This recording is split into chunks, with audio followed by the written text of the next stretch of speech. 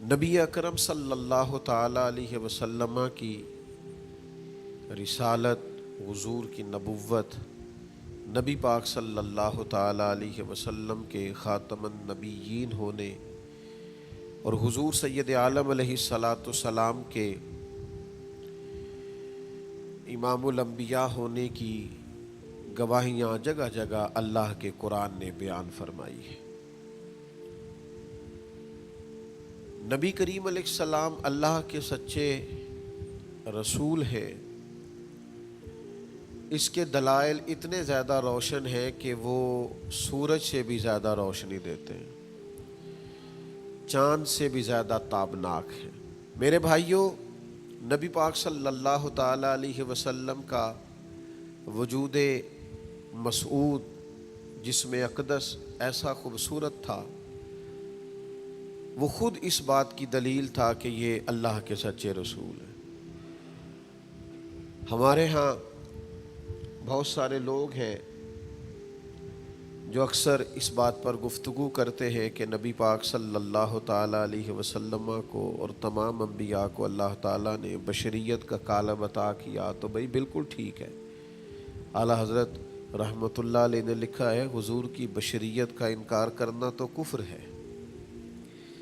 نبی پاک علیہ الصلاۃ والسلام بشر ہیں، لیکن جب سے دیکھا ہے لباس بشری میں تمہیں، ہر فرشتے کی یہ خواہش ہے کہ وہ انسان ہو جائے۔ یعنی آپ اس بات پر ذرا غور فرمائیں، اندازہ کریں کہ حضرت انس بن مالک رضی اللہ تعالیٰ عنہ فرماتے، حضور کسی رستے سے گزر جاتے تھے نا، تو جو بعد میں آتا تھا اسے خوشبو اتنی آتی تھی کہ پتہ چل جاتا تھا یہاں سے اللہ کے رسول گزر کے گئے۔ حضور علیہ الصلاۃ والسلام کو جو اللہ تبارک و تعالیٰ نے حسن عطا فرمایا اور جو کمالات عطا کیے، آپ غور فرمائیں گے کہ حضور کے پسینہ مبارک سے خوشبو آیا کرتی۔ اللہ کے رسول ہیں، اس پر اگر آپ دلائل دیکھیں، معجزات دیکھیں، کمالات دیکھیں، فضائل دیکھیں، شمائل دیکھیں تو انسان دنگ رہ جاتا۔ حضور کے مقدس پسینے سے خوشبو مہکا کرتی اور گلیاں اور بازار اس سے مہک اٹھتے۔ حضرت عتبہ رضی اللہ تعالیٰ عنہ صحابی ہیں، 4 بیویاں تھیں، وہ کہتی ہیں کہ ہم ایک سے ایک بڑھ کے خوشبو استعمال کرتی تھی، لیکن سمجھ نہیں آتی تھی کہ ہمارے شوہر کون سی خوشبو لگاتے ہیں۔ ہم باوجود کوشش کے، باوجود ہمت کے اور باوجود تجسس کے وہ خوشبو نہیں پاتی تھی۔ تو ایک دن ہم چاروں نے فیصلہ کیا کہ ان سے پوچھ ہی نہ لیں وہ کون سی خوشبو لگاتے ہیں۔ تو ہم نے پوچھا کہ بتائیے، تو کہنے لگے میں نے تو کبھی لگائی نہیں۔ تو ہم نے کہا بھئی آپ ایسے ہی تو دعویٰ نہ کیجئے، ہم نے پوری جد و جہد کر لی، اور پھر عورتوں کا چیزوں کو تلاش کرنا یہ تھوڑا انفرادی بھی ہوتا ہے، ہمیں وہ رنگ نہیں ملا خوشبو کا، وہ انداز جو آپ کا ہے۔ تو فرمانے لگے اصل بات یہ ہے کہ میرے کمر پر کچھ تکلیف ہو گئی تھی، کچھ ایسی چیزیں ابھر آئی تھی جو تکلیف کا باعث تھیں، تو میں پھر حاضر ہوا رسول پاک کی بارگاہ میں۔ تو نبی کریم علیہ السلام نے فرمایا کرتا ہٹائیے گا، تو میں نے کچھ کرتا ہٹایا تو کریم نے دست مبارک پھیرا، بس ظلمت کو ان کے نور نے کافور کر دیا، جس پر پڑی نظر اسے بھی نور کر دیا۔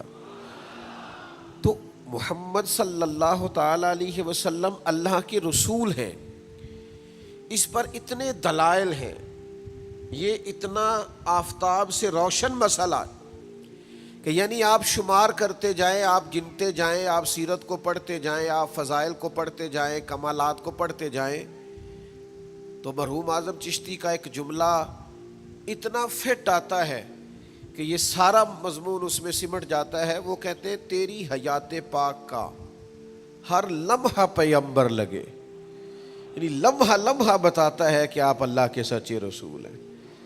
ایک ایک گزرنے والی گھڑی بتاتی ہے کہ آپ اللہ کے سچے رسول ہیں۔ حضور کا مسکرانا بھی بتاتا ہے کہ سچے رسول ہیں۔ نبی پاک علیہ السلام کا دیکھنا بھی بتاتا ہے کہ حضور اللہ کے سچے رسول ہیں۔ حضور تو کسی پر جلال بھی کر دینا تو بھی پتہ چلتا ہے اللہ کے سچے رسول ہیں۔ یعنی حضور علیہ الصلاۃ والسلام کھانا تناول فرمائیں، یا آرام فرمائیں. آپ ذرا یہ انوکھا پن ملاحظہ فرمائیے گا، یہ انداز ذرا دیکھیے گا کہ ایک صحابی نے آ کے عرض کی یا رسول اللہ صلی اللہ تعالی علیہ وسلم میری بیٹی کی شادی ہے تو خوشبو کی بڑی ضرورت ہے، تو مہربانی فرمائیں کرم نوازی کریں. عرب شریف کے اندر خوشبو بڑی مہنگی ہوتی تھی، آج بھی وہاں خوشبو بڑی مہنگی ہے اور خوشبو کا استعمال بھی بہت زیادہ ہے. تو اس صحابی نے آ کے عرض کی یا رسول اللہ صلی اللہ تعالی علیہ وسلم خوشبو مل جائے، میری بیٹی کی شادی ہے. تو حضور علیہ السلام نے فرمایا ایک لکڑی لے آؤ اور ایک بوتل ایک شیشی لے آؤ. وہ لے کے آئے تو محبوب نے نا لکڑی کے ساتھ اپنا پسینہ تیری حیات پاک کا ہر لمحہ پیمبر لگے، حضور نے وہ پسینہ مبارک اتار کے اس شیشی میں ڈال دیا. فرمایا جا جا کے استعمال کر، اللہ تبارک و تعالی بہترین خوشبو عطا کرے گا. حضور علیہ السلام کا سارا وجود نور، یعنی ہمارے ہاں کسی آدمی کے منہ سے تھوک نکلے یا لعاب نکلے تو لوگ اس سے گھن محسوس کرتے ہیں، جگہ جگہ لکھا ہوتا ہے تھوکنا منع ہے. لیکن نبی کریم اگر لعاب دہن لگا دینا مولا علی کی آنکھوں پر تو شیر خدا فرماتے ہیں مجھے پہلے سے بھی زیادہ بہترین نظر آنا شروع ہو جاتا ہے. اللہ کے محبوب صلی اللہ تعالی علیہ وآلہ وسلم کے پورے وجود نور کو جیسے جیسے دیکھتے جائیں محسوس ہوتا ہے کہ تیری حیات پاک کا ہر لمحہ پیمبر لگے. حضرت عبداللہ ابن سلام رضی اللہ تعالیٰ عنہ فرماتے میں گفتگو کرنے آیا تھا، حضور علیہ السلام کے دین کے بارے میں کچھ معلومات کرنے آیا تھا، اور میں تورات کو پڑھنے والا تھا، اہل یہود کے علماء میں سے آپ کا شمار ہوتا تھا. اپنے کچھ لوگوں کے ساتھ آئے، فرماتے ہیں نبی کریم صلی اللہ تعالی علیہ وسلم اونٹنی پر تشریف فرما تھے اور صلہ رحمی کے متعلق کچھ گفتگو کر رہے تھے. میں نے حضور کی گفتگو سنی. محبوب کا لباس مبارک مہنگا نہیں ہوتا تھا پر نہایت ہی اجلا ہوتا تھا، نہایت سادہ ہوتا تھا، نہایت باکمال ہوتا تھا. فرماتے میں نے اونٹ پر بیٹھے ہوئے محبوب کے لباس کا، بات کرنے کا، نفاست کا، ہاتھ اٹھانے کا وہ انداز دیکھا، اور جھکی جھکی نظریں اور معصوم لہجہ اور گفتگو میں سلاست اور روانی اور ٹھہرے ٹھہرے جملے اور لفظوں کا وہ ایک خوبصورت ریدھم. فرماتے ہیں وہ سارے انداز میں نے دیکھے تو میں جو بات کرنے آیا تھا مجھے بھول ہی گئی. لباں تے موراں لگیاں بولن دی جاچ ہی بھول گئی، ایتھے زباناں تائیں کھولن دی جاچ بھول گئی. فرماتے ہیں میں کوئی بات ہی نہ کر سکا. جیسے ہی محبوب کے قریب گیا میں نے فوراً عرض کیا مجھے کلمہ پڑھا دے، میں مسلمان ہونا چاہتا ہوں. یہ آج جو لوگوں کی طبیعتیں الجھ سی گئی ہیں نا، آج یہ جو بے شمار باتیں، بے شمار گفتگو، سوشل میڈیا کا بے دریغ اور بے ہنگم استعمال اور ذہن کو ہر وقت تھکائے رکھنا اور طبیعت کو ہر وقت اوور تھنکنگ کرتے کرتے اپنے آپ کو پریشان کر دینا، یہ جو ساری بے چینی ہے، یہ جو سارا اضطراب ہے، یہ جو ساری ہماری طبیعتیں الجھ سی گئی ہیں. ہر آدمی کو دوسرا دشمن نظر آتا ہے اور ہر ایک کو دوسرا اپنا مخالف دکھائی دیتا ہے، اور معاشرے کے اندر بسنے والا ہر آدمی لالچی دکھائی دیتا ہے. محسوس ہوتا ہے سارے شہرت کے لیے لگے ہوئے ہیں، سارے اقتدار کی جنگ لڑ رہے. یہ جو ہماری ساری بدگمانیاں ہیں اس کی بنیادی وجہ یہ ہے کہ ہم ادھر ادھر تو کھل کے دیکھتے ہیں، اپنے محبوب کی بارگاہ کی طرف نہیں دیکھتے. ہم جب حضور علیہ السلام کی پرکیف شخصیت کو دیکھیں گے، فضائل دیکھیں گے، کمالات دیکھیں گے، معجزات دیکھیں گے، نعت پاک کی طرف توجہ کریں گے، اخلاق عالیہ کو دیکھیں گے، حسن کردار کو دیکھیں گے. دنیا میں وہ لوگ بڑے عظیم ہوتے ہیں جو نبی پاک علیہ الصلوۃ والسلام کی محبت میں پوری طرح محو ہو جاتے ہیں. آپ یقین کریں جو دروازہ رسول تک پہنچ جاتے ہیں ان کا سفر ہی ختم ہو جاتا ہے. جو حضور کی بارگاہ تک پہنچ جاتے ہیں ان کے ذہن کی مشقت پھر ختم ہو جاتی، انہیں منزل نصیب ہو جاتی. وہ لوگ اس طرح کے ہو جاتے ہیں کہ اب زندگی میں ایک ٹھہراؤ آ گیا، اب سکون نصیب ہو گیا، اب اطمینان قلبی مل گیا. اب مقصود ہاتھ آ گیا ہے، منزل مل گئی ہے۔ نوجوانوں بہت زیادہ نہ الجھا کرو یار، بہت زیادہ پریشان نہ ہوا کرو۔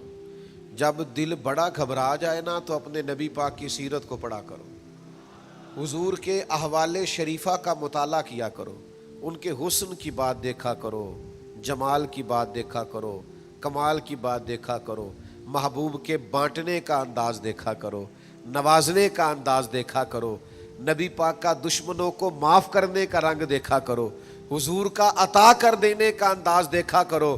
معاشرے میں، سوسائٹی میں ہر طرف بے راہ روی ہے، سارے دشمن ہیں، لیکن محبوب تبلیغ بھی اطمینان سے کرتے ہیں، ان کو دعوت توحید بھی مطمئن ہو کے دیتے ہیں، اور جب ان کے لیے دعا کرتے ہیں تو پھر بھی پوری دل جمی کے ساتھ دعا کرتے ہیں۔ یہ خاص ٹھہراؤ آپ کو حضور کی بارگاہ تک جانے میں ملے گا۔ ہم نا رسمی سی محفل کرتے ہیں، رسمی سا میلاد، رسمی سا معراج، رسمی سی سیرت، رسمی سی باتیں، وہ جو خاص ایک کیفیت ہوتی ہے نا امتی کی پوری طرح محبوب کے قدموں سے جڑ جانا، یہ والہانہ پن کبھی ملے نا، والہانہ پن، یعنی حضرت طلحہ بن برا رضی اللہ تعالیٰ عنہ کی نبی کریم سے ملاقات ہوئی، حضور سے ملے اچانک، اور دوڑ کے جا کے نا تو نبی پاک کے قدموں سے لپٹ گئے،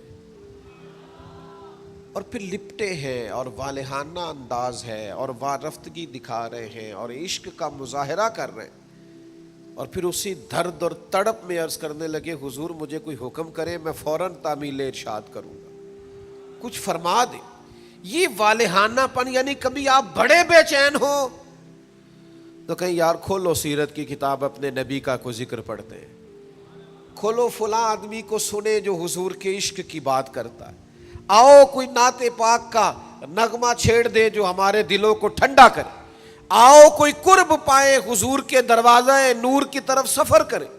ہم کہاں الجھے ہوئے ہیں، کہاں سکون تلاش کر رہے ہیں، کہاں ہم نے اپنے آپ کو الجھا دیا ہے، کن بے معنی اور بے مقصد باتوں میں ابحاث اور بحثیں کر کر کے اپنے آپ کو پریشان کیے ہوئے ہیں۔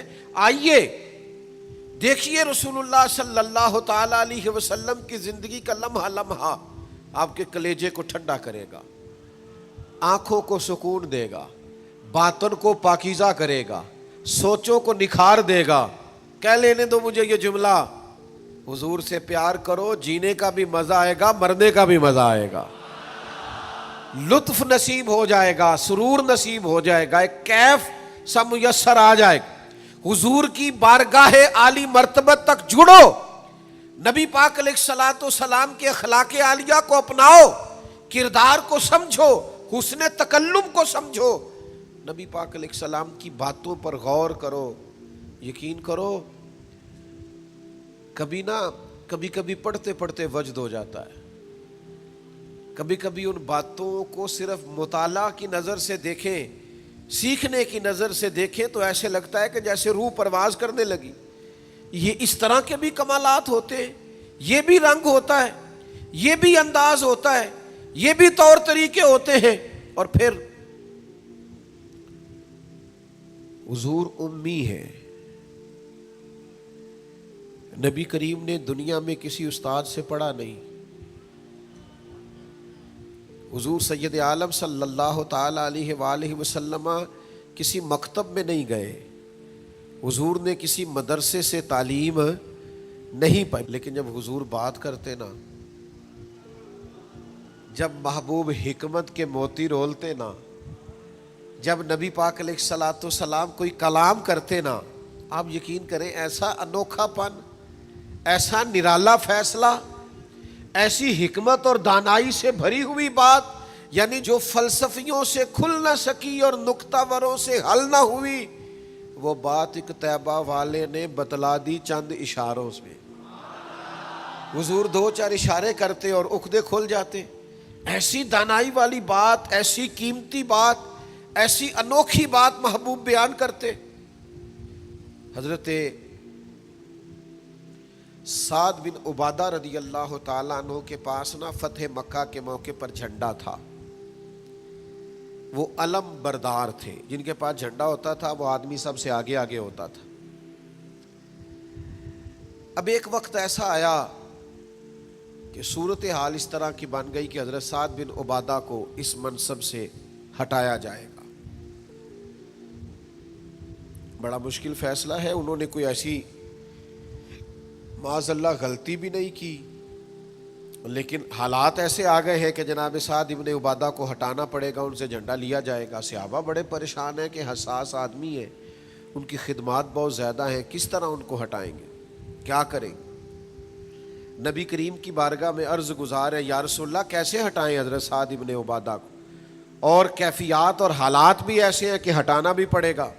آج کل نا بہت سارے لوگ کام تو کرتے ہیں پر دانا نہیں ہوتے، جذباتی فیصلے، جذباتی باتیں، ایموشنل گفتگو، وقتی طور پر چیزوں کو بہتر کرنا، اور بس وقتی طور پر آج گزارا ہو کل دیکھی جائے گی، لیکن چیز کی گہرائی تک، اس کی اصل تک نہیں اترتے، اس کے سارے لوازمات کو نہیں دیکھتے، قبل از وقت منصوبہ بندی نہیں کرتے، ہمارا مزاج نہیں ہوتا، ہم ٹھہراؤ اپنی زندگی میں نہیں لاتے۔ نبی پاک چونکہ اللہ کے رسول ہیں، ہر لمحہ حضور کا پیغمبر لگتا ہے۔ اب حضرت سعد ابن عبادہ کو ہٹانا ہے اور ان کی جگہ کسی اور کو مقرر کرنا ہے، اور بندہ بھی بڑا حساس ہے اور بات بھی کوئی ایسی نہیں، تو کیا کریں؟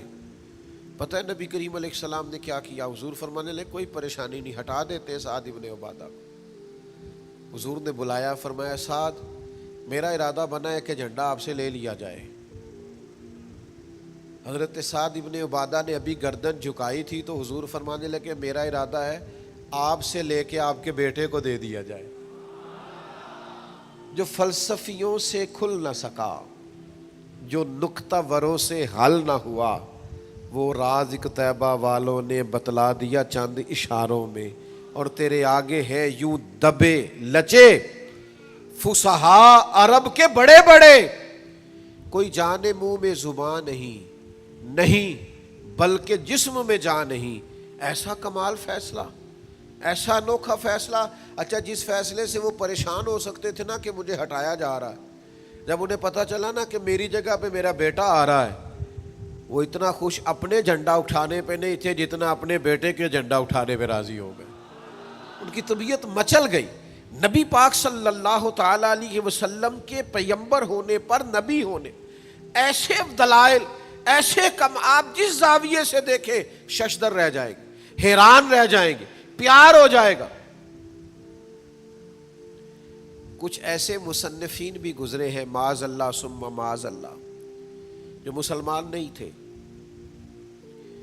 غیر تھے، کلمہ نہیں پڑھتے تھے، معاذ اللہ استغفر اللہ، نقل کفر نہ باشد، تنقید کی اینک لگا کے انہوں نے حضور کی سیرت کو پڑھا، لیکن اس نظر سے پڑھا پھر بھی مدینے والے کے غلام ہو گئے۔ یہ کہنے پر مجبور ہو گئے کہ نہ بھائی ایسا کوئی محبوب کہیں ہوگا نہ کہیں ہے، بیٹھا ہے چٹائی پہ مگر عرش نشیں ہے۔ نبی پاک علیہ السلام، پھر ایک اور بات، حضور امی ہے لیکن ایسی کمال بات کرتے، ایسا انفرادی فیصلہ کرتے کہ دنیا حیران رہ جاتی۔ پھر جو عظمت کردار ہے نا، بلندی یہ کردار، مجھ سے ناراض نہ ہوئیے گا، بہت سارے لوگ ہیں جو باتیں بڑی زبردست کرتے ہیں، گفتگو میں کوئی ان سے جیت نہیں سکتا، ان کا لب و لہجہ ایسا ہوتا ہے کہ شاید کسی بڑے سے بڑے عالم فاضل کو بھی بولنے نہ دے، لیکن عمل کی باری آتی ہے تو کمزور ہوتے ہیں، باتیں بیسیوں آتی ہیں، درجنوں آتی ہیں، نماز کا ٹائم ہوتا ہے تو بہانے بازی کرتے ہیں، وہ میرے کپڑے نہیں ٹھیک، بس دعا کریں انشاءاللہ شروع کر دوں گا، کہانیاں سناتے ہیں۔ کیوں اتنے بھولے بنتے ہیں؟ ہمیں سمجھ آتی ہے کہ آپ گفتار کے غازی ہیں، آپ باتوں میں صرف ساری چیزیں سیدھی رکھتے ہیں، آپ اس جگہ پہنچ ہی نہیں پا رہے۔ عمل، کردار، یہ بھی ایک مبلغ ہوتا ہے، آپ کا کردار بھی تبلیغ کرتا ہے، آپ کا لب و لہجہ بھی۔ حضرت امام جعفر صادق رضی اللہ تعالیٰ عنہ سے ایک شخص نے کہا تھا میں دین کی تبلیغ کرنا چاہتا ہوں، مجھے بتایا کیا کروں؟ تو امام جعفر صادق رضی اللہ تعالیٰ عنہ فرمانے لگے دین کی تبلیغ کرنی ہے تو بڑا آسان نسخہ ہے، دین پہ عمل کرنا شروع کر دے، تبلیغ ہونی شروع ہو جائے گی۔ لیکن ہم نا عمل کی دنیا میں بڑے کمزور ہوتے ہیں، قربان جائیں۔ حضور علیہ الصلوۃ والسلام نے جس معاشرے میں آنکھ کھولی تھی وہ جہلاء کا معاشرہ تھا، ظلم تھا، ستم تھا، بربریت تھی۔ ان لوگوں کی سوچیں، ان کی باتیں، ان کا ظالمانہ مزاج بڑا انوکھا تھا، لیکن کمال کی بات ہے نا، چاروں جانب لوگوں کا مزاج ظالمانہ تھا، لیکن محبوب کو اللہ نے رحمت بنا کے بھیجا۔ ہر طرف لوگ ناانصافی کی بات کرتے تھے، لیکن محبوب نے انصاف کے بول کو ہمیشہ بالا رکھا، اس ترازو کو ہمیشہ بلند رکھا۔ ہر طرف لوگ حق کھا جاتے تھے، لیکن محبوب نے فرمایا حق کھایا نہیں جائے گا، حق دلایا جائے گا۔ کردار دکھایا، کردار۔ وہ جو تیری جان کے دشمن ہیں وہ بھی کہتے ہیں، وہ جو تیری جان کے دشمن ہیں وہ بھی کہتے ہیں امین تو ہے، صداقت کی آبرو تو ہے۔ دشمن بھی کہتے ہیں سچے تو بہرحال ہیں، امانت دار تو بہرحال ہیں، غلط بات تو بہرحال نہیں کرتے۔ یعنی دشمن بھی اگر اٹھ کے گواہی دے کہ اگر کسی نے کمال دیکھنا ہے تو آمنہ کے لال کو جا کے دیکھو، اگر کسی نے انصاف دیکھنا ہے، اگر کسی نے دھرتی پہ حسن دیکھنا ہے تو عبداللہ کے در یتیم کو دیکھو۔ وہ بھائی آپ سمجھے نا، عظمت کردار کے وہ موتی جو حضور نے عطا کی۔ دیکھیے باہر والوں نے جب دلیلیں مانگی تو حضور نے معجزات دکھائے، اور جب اپنوں نے دلیلیں مانگی، مکے والوں نے، قریش والوں نے، اپنے قبیلے والوں نے دلیل مانگی، آپ نبی ہیں تو دلیل کیا ہے؟ تو اللہ کا قرآن کہتا ہے کہ محبوب نے کہا فَقَدْ لَبِثْتُ فِيكُمْ عُمَرًا مِّن قَبْلِهِ أَفَلَا تَعْقِلُونَ، اور میں نے تمہارے بیچ عمر گزاری ہے ساری، تمہیں عقل نہیں؟ میں کوئی باہر سے نہیں آیا، میں نے 40 سال تمہارے اندر گزارے ہیں۔ میرے جیسا کوئی سچا ہے تو دکھاؤ، کوئی دیانت دار ہے تو دکھاؤ، کوئی پاکیزہ مزاج ہے تو دکھاؤ، کوئی اس طرح کا ستھرا ہے تو دکھاؤ، کوئی اس طرح کا مزکی ہے تو دکھاؤ۔ تمہارے بیچ میں نے وقت گزارا ہے۔ باقیوں کو نبی پاک نے معجزات بطور دلیل دیے، اور جب اپنوں نے دلیل مانگی تو حضور نے فرمایا میری سیرت دیکھ لو، میرا کردار دیکھ لو، میرے شب و روز دیکھو۔ فقط لبثت فیکم عمرا من قبل، میں نے اس سے پہلے عمر کا حصہ تمہارے بیچ گزارا ہے۔ افلا تعقلون، تمہیں عقل نہیں؟ دوستو تھوڑا سا نا کردار پر بھی توجہ کرنی پڑے گی، اپنے آپ کو تھوڑا سا تبدیل کرنا پڑے گا۔ میں آپ کی خدمت میں عرض کروں، دولت سے لوگوں کو جیتا نہیں جا سکتا، دولت تو لوگوں کو لالچی بنا دیتی۔ آپ کسی کو پیسے دیں، 10,000 دیں، اگلی دفعہ وہ 25 مانگے گا، تو آپ 50 دیں، اگلی دفعہ 1,00,000 مانگے گا۔ اس کی بھوک تو بڑھتی ہے۔ آپ عہدے کے زور پر بھی لوگوں کے محبوب نہیں بن سکتے، اس لیے کہ پھر وہ شخصیتوں سے پیار نہیں کرتے، کرسیوں سے پیار کرتے۔ آپ کرسی پہ ہے تو آپ اچھے لگتے ہیں، جب دوسرا آئے گا تو اس کو سلوٹ کر لیں گے۔ نبی پاک علیہ الصلوۃ والسلام نے فرمایا اگر تم کسی شخص کو قائل کر سکتے ہو اور اس سے محبت بڑھا سکتے ہو تو ایک ہی صورت ہے، اور وہ تمہارا حسن اخلاق ہے۔ اللہ کے محبوب صلی اللہ تعالی علیہ وسلم نے خلق کے ساتھ، کردار کے ساتھ، نبی پاک علیہ السلام نے محبت کے ساتھ، زید بن دسنہ بہت بڑے یہودیوں کے عالم تھے۔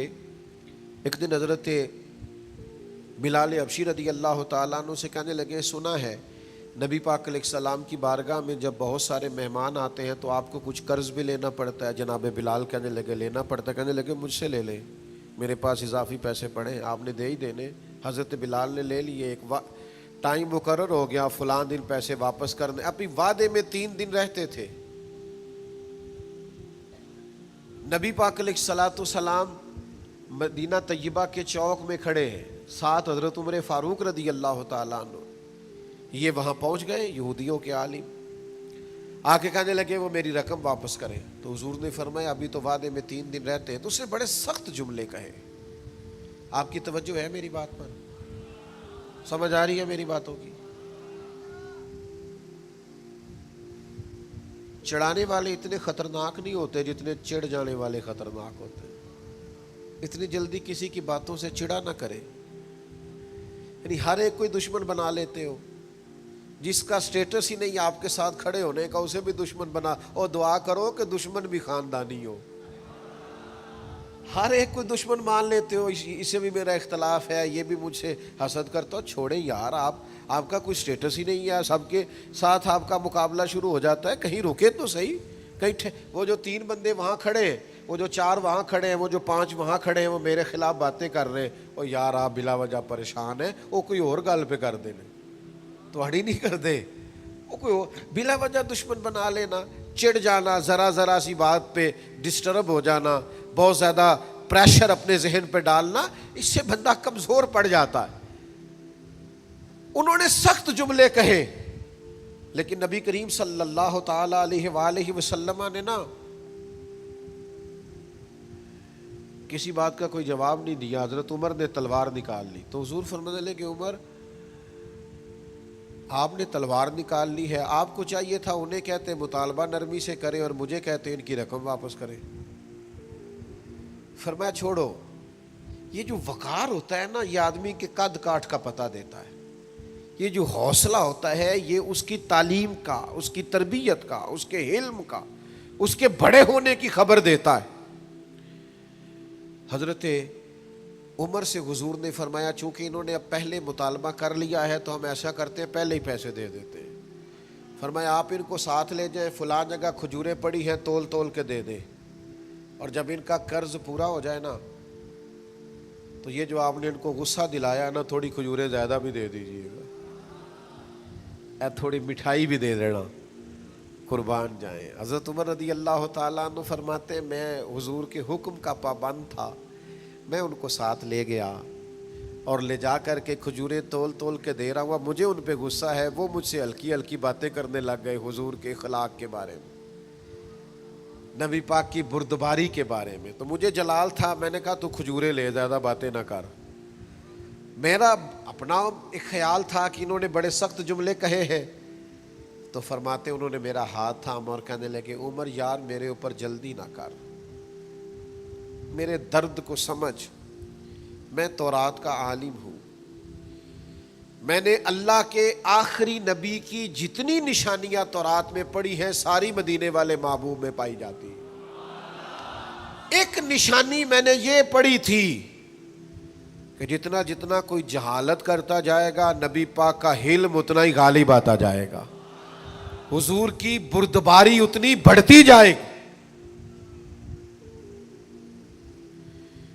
تو میں نے نا جان بوجھ کے حضرت بلال کو پیسے دیے تھے، اور 3 دن پہلے میں نے واپسی کا مطالبہ بھی جان بوجھ کے کیا تھا، میں نبی کریم کا علم دیکھنا چاہ رہا تھا، میں وہ تورات کی نشانی دیکھنا چاہ رہا تھا، اور پھر میں نے سخت جملے بھی جان بوجھ کر کیے، پر قربان جاؤ مدینے والے کو جس اینگل سے بھی دیکھا ہے اللہ کا سچا رسول ہی پایا، محمد الرسول اللہ، محمد اللہ کے رسول ہے صلی اللہ علیہ وسلم۔ اب وہ کہنے لگے جناب عمر سے مجھے لے جائے نا، میں نے حضور کا کلمہ پڑھنا ہے، مجھے لے جائے بارگاہ تک، میں نے نبی پاک علیہ السلام کی غلامی کا پٹا گلے میں ڈالنا ہے۔ تو میرے بھائیوں نبی پاک علیہ السلام کی بارگاہ تک رسائی پائیے، حضور کی عالی مرتبت بارگاہ کی طرف اپنے آپ کو لے کر کے جائیے۔ آج اگر ہم اطمینان چاہتے ہیں ذہنی طور پر بھی، قلبی طور پر بھی، روحانی طور پر بھی، فکری طور پر بھی، تو ایک ہی راستہ ہے، اپنے آپ کو حضور سے وابستہ کریں۔